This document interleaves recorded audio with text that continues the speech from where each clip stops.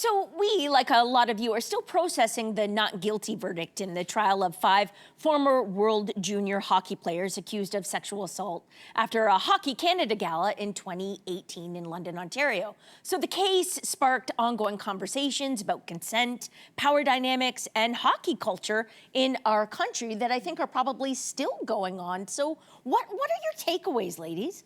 First of all, I wasn't here yesterday because my daughter wasn't feeling well, but I watched the way that all of you handled it yesterday, and I'm just so proud of being a part of this show. I just really thought you guys handled it all so well. But I think I'm dealing with a lot of sadness. I think a lot of people are. I think maybe I can speak as a woman on this. And so it wasn't the verdict that a lot of people wanted, specifically if you're a sexual assault survivor or a victim. But I actually think a lot of positive has already come out of this, even though it wasn't the verdict that a lot of people wanted.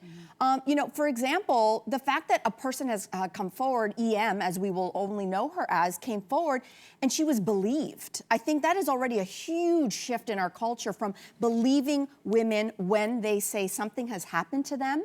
And even though it wasn't the verdict, and in fact, the judge said some things that I thought were pretty shocking, but that was her judgment. I will say, if you compare this to the Monica Lewinsky case, you know, we've come a long way with attacking and just trying to discredit a woman who comes forward. We've come a long way. So I think that that's already a positive here. I also think that, you know, Hockey Canada, when this story broke, when TSN first broke this story, Hockey Canada already faced some really harsh consequences. The CEO resigned, the entire board was wiped out, and they have tried to really restart this conversation. They lost sponsorships, they lost a lot of money, and that was before the trial even started. So that has happened. And I think finally we're taking a look at toxic culture in sports, not just hockey, but that locker room culture. Boys will be boys. This is just what boys do. And you're seeing codes of conduct change. You're seeing education programs come in, both at the grassroots level and all the way up to the national levels of sports. So even though this wasn't the verdict, I think the ripple effect has had a really positive change already. Let's keep going. That's a good note. That's an excellent note.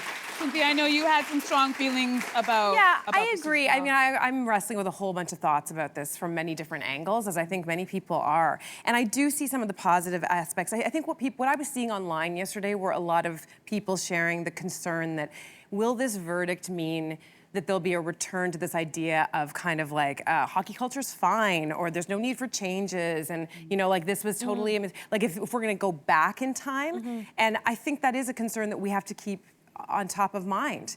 We don't want to go backwards, as you've said. And it was in 2022, after this case came to light, that Hockey Canada vowed to tackle the toxic behavior that exists in every corner of their game. That's not my quote, that's a quote, their quote. And I don't think that this would have ever happened without this case. So in that way, there is a win, as you're illuminating. And they have changed. They've implemented courses around consent and discussions around this. I think my bigger concern is what happens even before we get to the junior hockey level. I'm thinking, I'm a mom of a son, right, who's not in hockey, but has friends who are in hockey and all kinds of sports, and just even without sport. We need to teach young men and young women not just about sex education and not just about consent, but about leadership. How to be in teams with people, knowing your power and your influence, and this can be in a variety of different settings, and making sure that you're always doing and thinking about what is right. And I will quote from a TSN article, Greg Gilhooly, who's a lawyer and a survivor of sexual abuse by hockey coach Graham James. This quote just really struck me. He said, "If there's one thing that is undeniable, it is in that room that night there was an absence of leadership. There was an absence of character. Nobody said at any time, I don't care what she's saying, that this is wrong. We need to be better than this. Let's stop." And I think that's what I want people to be talking about in our homes. Leadership. Yeah, no, it's great. This is so hard. Okay, so first of all, my biggest takeaway came from our guest yesterday, Jillian Natry, who was a lawyer that joined us. She was fantastic, and I'm so grateful that she was there to like kind of give us all the information that we needed. But the biggest thing that she said or the most poignant thing that she said that I took away was that sexual assault cases are not for the courts. there needs to be a different approach because she seemed very, based on her experiences, it feels like she is not very confident in the way things turn out for young women who are in these types of cases.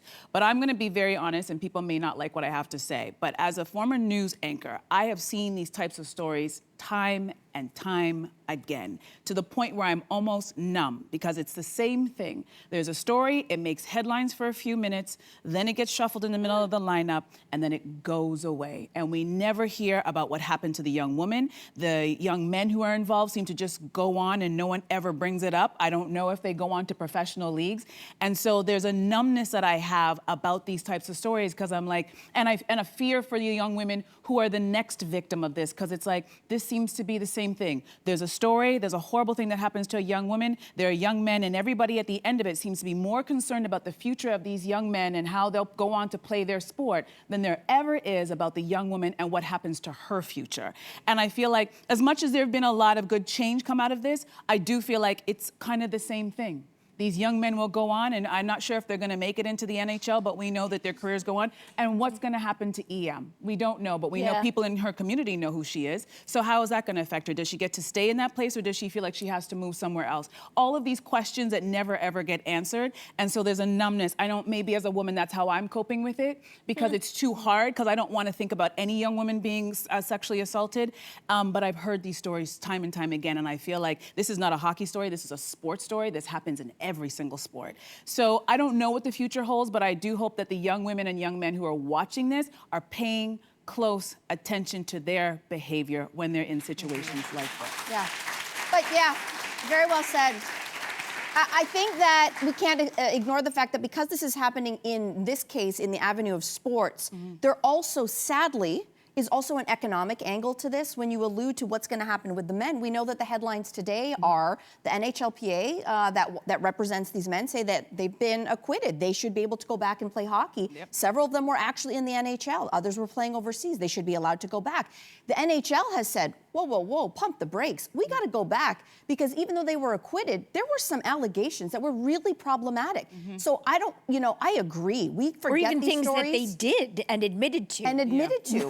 Which is problematic. Yeah. And so I don't think it's done. And I think because there's also a business side to this, which is what leagues want to be connected to this kind of behavior and what leagues want to stand up and say, we only want to support players who behave appropriately. And I think that let's also push that narrative. Great point. Because right? too many Let's times, see. too many times if the player's really good, they bury those stories. Which we've seen. But now at least they have a too many third times. party. Hockey Canada has a third party who will investigate these things rather than Hockey Canada doing it themselves. That didn't work out well. Yeah, there is some change. There is some change. Let's keep pushing. Hey, you, come a bit closer.